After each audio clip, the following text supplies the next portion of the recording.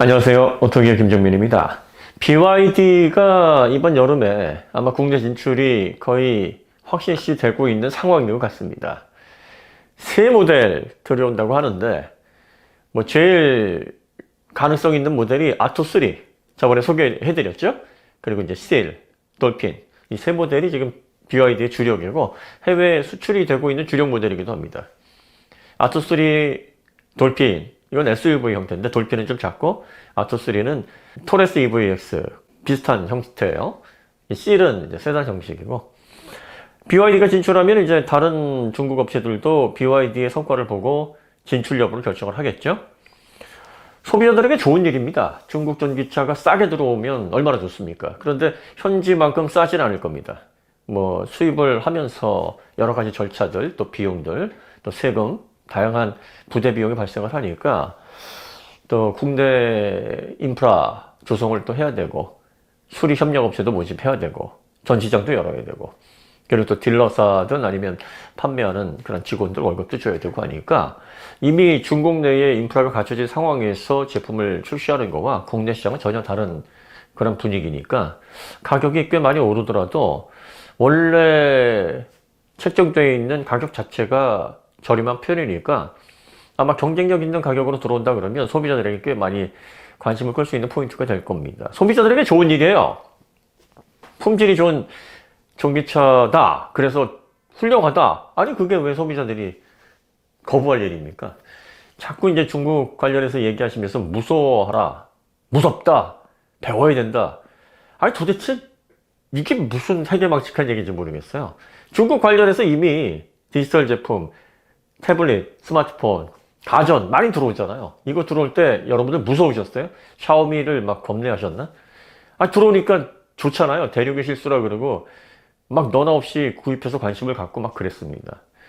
그리고 중국에 스마트폰, 태블릿 들어온다고 삼성이 벌벌벌 떨었나요?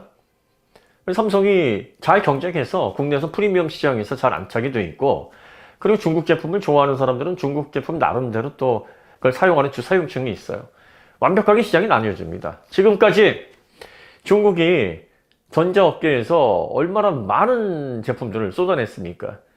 그렇지만 그 많은 제품들이 전 지구상을 다 덮어서 애플, 삼성, 그 외에 공룡 IT 기업들, 제조업 기업들을 궁지에 몰아놓고 위기에 빠뜨리고 그러지 않았어요. 시장이 완벽하게 다릅니다.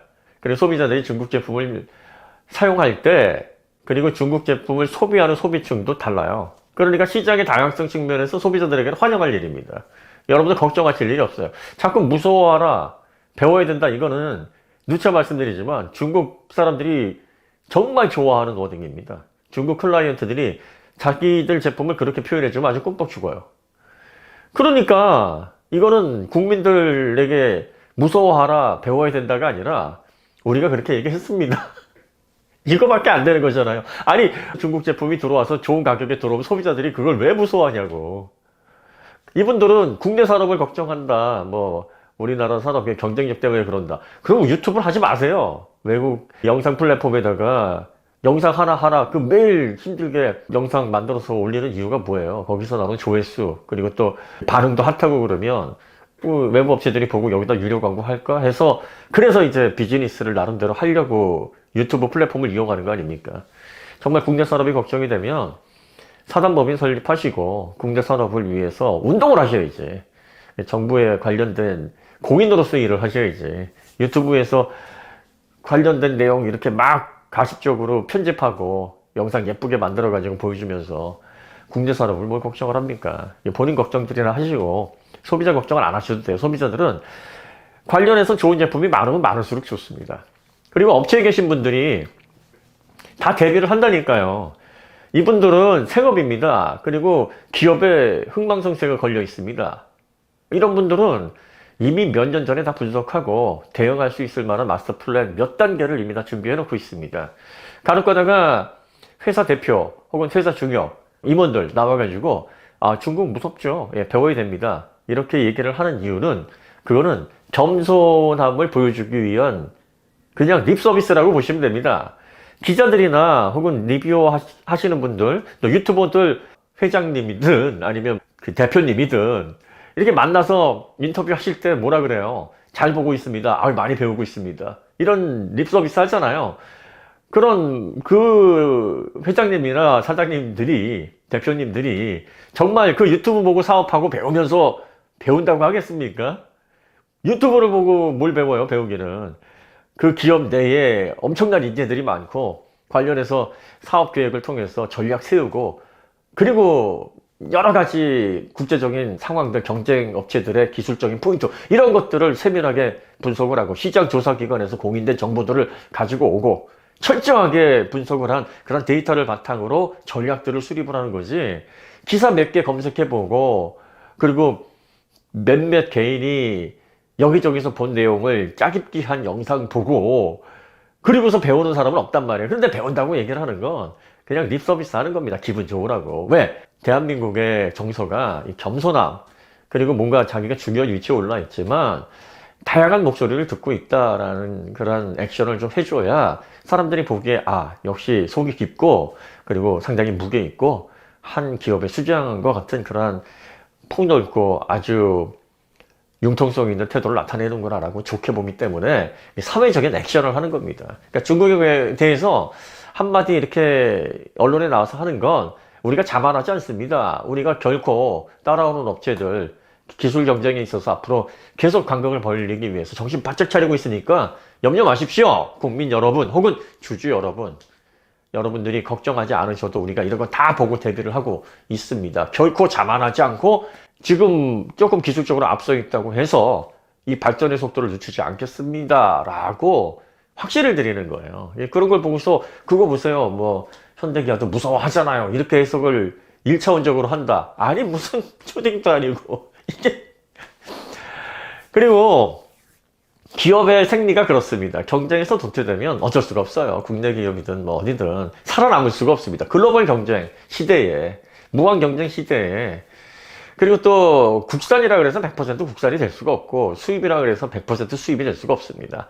이 밸류 체인이 막 얽혀 있어요. 그래서 전혀 우리와 상관없는 브랜드인데 까보면 핵심 부품 몇 개가 국산일 수도 있고 100% 국산인 줄 알았는데 다 분해해보면 독일에서 왔네? 이건 일본에서 왔네? 이건 중국에서 왔네? 이런 것들이 막 섞여 있습니다.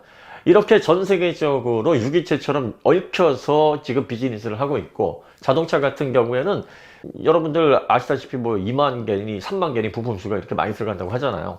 근데 이걸 어셈블리로 해서 장치로 딱딱 구분을 하면 뭐 많아야 한 2,000개 이하 그 정도 들어가고, 그리고 또 핵심 부품으로 따지면 이제 몇백 개 단위로도 나뉘어지는데 전기차는 그보다 훨씬 적긴 하지만 그래도 전기차 전체 이동수단으로서 사람들을 태우고 다양한 전자장비를 가지고 파워트레인, 뭐 배터리 관련된 제어 이런 것들을 구성하는데 여전히 부품이 많이 들어갑니다.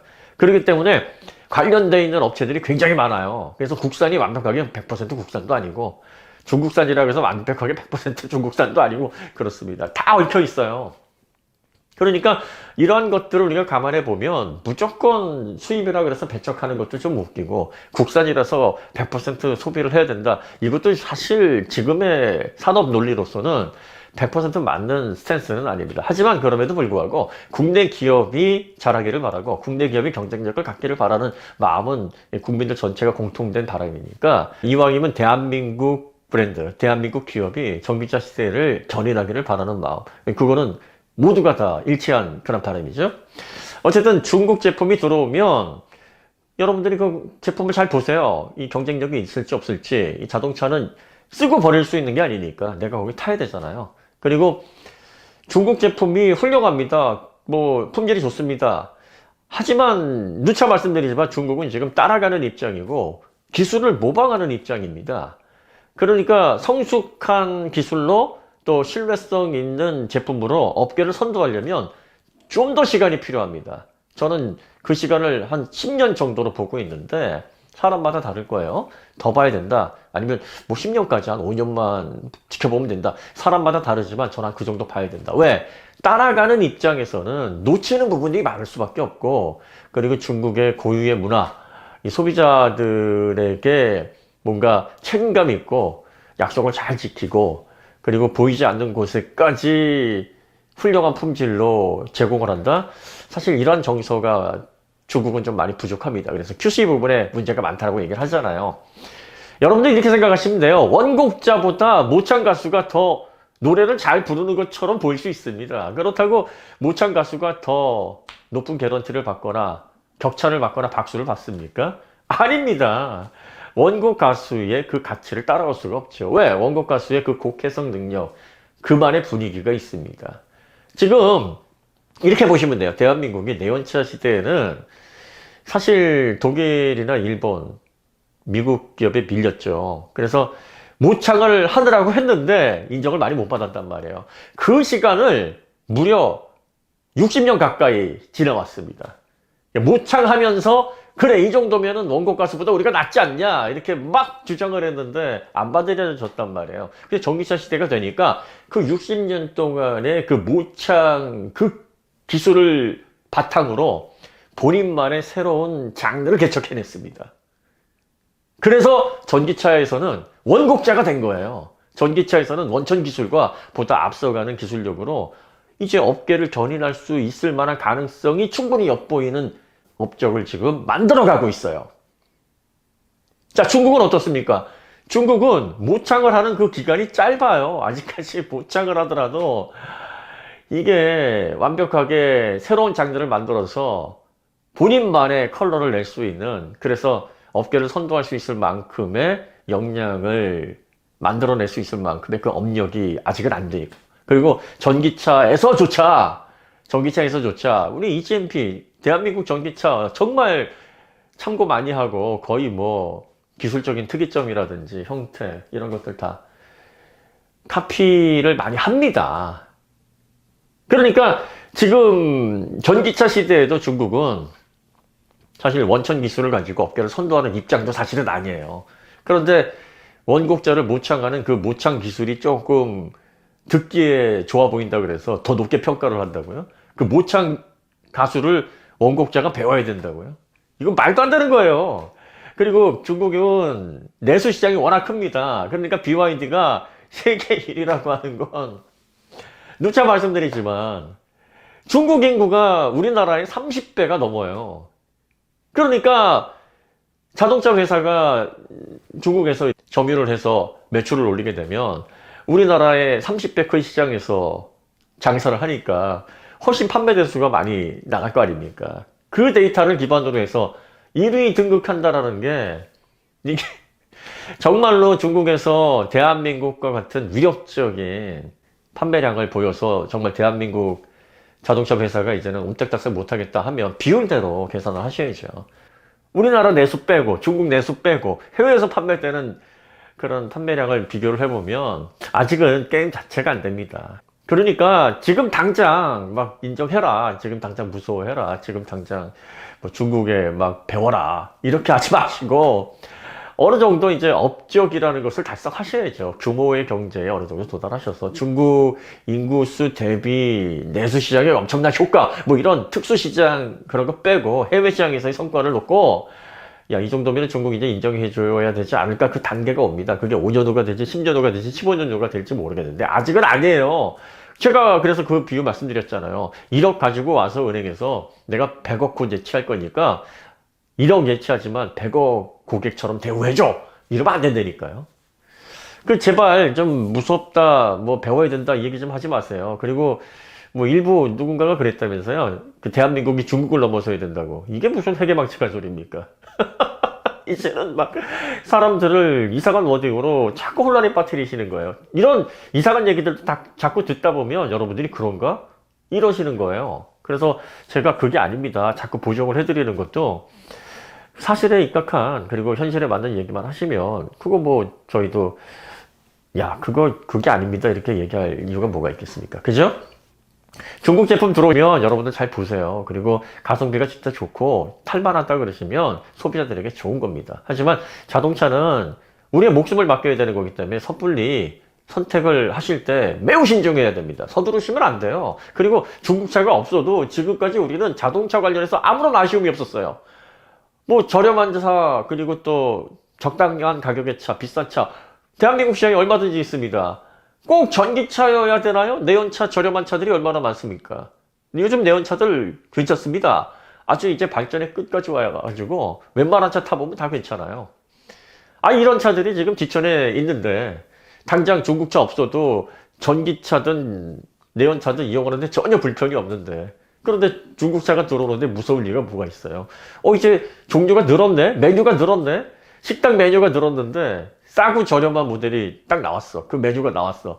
그래서 주인이 이제 이 메뉴가 나왔으니까 이제 무서워하십시오, 다른 메뉴는 다 죽는 겁니다, 이렇게 얘기한다 그러면 얼마나 웃겨요.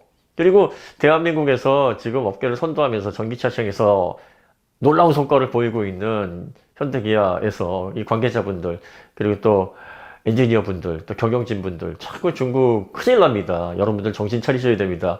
유튜버가 이렇게 얘기를 하면 손발이 오그라듭니다. 이분들 도대체 그거 보면서 어떤 기분이 들까? 저는 그 생각하면 그냥 막 웃음이 나옵니다. 그러니까 왜 우리는 이런 얘기 하잖아요. 본인의 주제에 맞게 사회 구성원으로서 우리가 자기 역할을 잘 해야 된다고. 이 주제에 넘는 얘기들은 좀 하면 안 됩니다. 다시 한번 말씀드리지만, 외국 영상 플랫폼에 돈 벌려고 영상 만들어서 올리는 영세 사업자들이 뭘 그렇게 나라 걱정을 많이 하죠.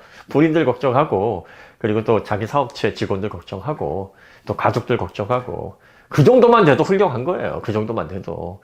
그런데 거기에서 더 나아가려고 하시면 사실 그게 본인들 걱정하고 자기 걱정하는 거지, 나라 걱정, 산업 걱정해서 하는 소리가 아니잖아요. 정말 소비자들을 걱정하면 소비자들이 왜 무서워하고, 왜 소비자들이 뭘 배워요? 배우기는 소비자들은 좋은 제품 나오면 쓰면 되는 거고, 국내 기업은 자기들이 알아서 경쟁력 있게 자기 회사에 존망이 걸려 있는 건데 알아서 잘 합니다. 그리고 지금 그 결과물들이 다 보여지고 있잖아요. 그리고 자꾸 모창 가수들 무서워하라 그러지 마세요. 모창 가수들이 기교가 좀 더 좋을지 몰라요. 기교가 예를 들어서 뭐 R&B를 섞어가지고 뭐 이러고 잘해가지고 우와 이렇게 멜로디를 살린다고? 중국차에서 그런 요소들이 보일 수 있어요. 야, 이런 기능을 넣어가지고 이렇게 좀 독특하게 사회화할 수 있도록 기능 확장을 했다고? 예. 원천 기술을 가지고 업계를 선도할 때 그때 비로소 중국이 무서워지는 겁니다.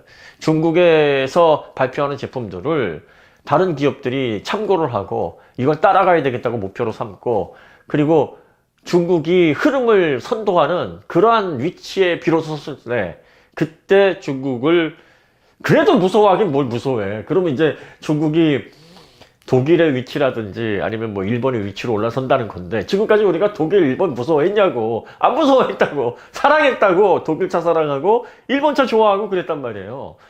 그러니까 이렇게 하든 저렇게 하든 무서울 일이 없어요. 그리고 그때 가면 이제 좀 배우려고 하겠지. 예. 아직은 아닙니다. 예. 뭐든지 시기와 때가 있는 겁니다. 어쨌든 여름에 중국차 나온다고 하니까 관심 있게 한번 지켜보시도록 하시죠. 뭐 저도 관심 있고, 아마 중국이 뭐 그동안 얼마나 자동차 발전했는데 소비자분들도 상당히 좀 관심을 가지지 않을까 싶습니다. 일단 처음에는 관심만 가지시고 의심을 거두시면 안 돼요. 그리고 좀 적당하게 한 2, 3년 정도 잘 굴러가는지, 이게 처음 타볼 때는 새 차는 웬만하면 다 좋아요. 그리고 뭐 초기 품질에서 급격하게 이게 얼마나 품질이 저하되는지, 그리고 또 사고가 났을 때, 또 오류가 일어났을 때 얼마나 큰 피해를 입힐 수 있는지, 그런 여부들을 다 검증을 받아야 되는데 최소 3, 4년은 지켜보시고, 그러고 나서 시장에서 잘 사용되는 것 같아요, 별 문제가 없는 것 같아, 그때 관심 갖고 구입을 고려하셔도 늦지 않습니다.